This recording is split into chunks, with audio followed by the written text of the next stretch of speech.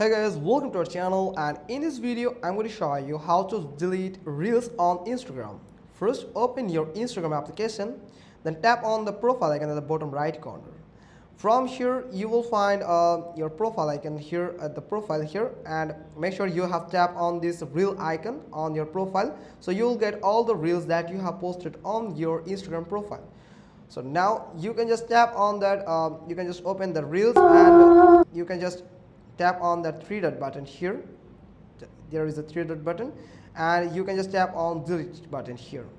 Now you will find the delete button here again to confirm that you want to delete the reels, and you will find some instruction from here that this reel will saved in your recently deleted folder, and you can just recover it anytime but before 30 days, because after 30 days it will just totally disappear or totally deleted from your Instagram profile. So if you want to delete it, and tap on delete, and it will you can see the reels is now being deleting, and it has just deleted from my Instagram profile.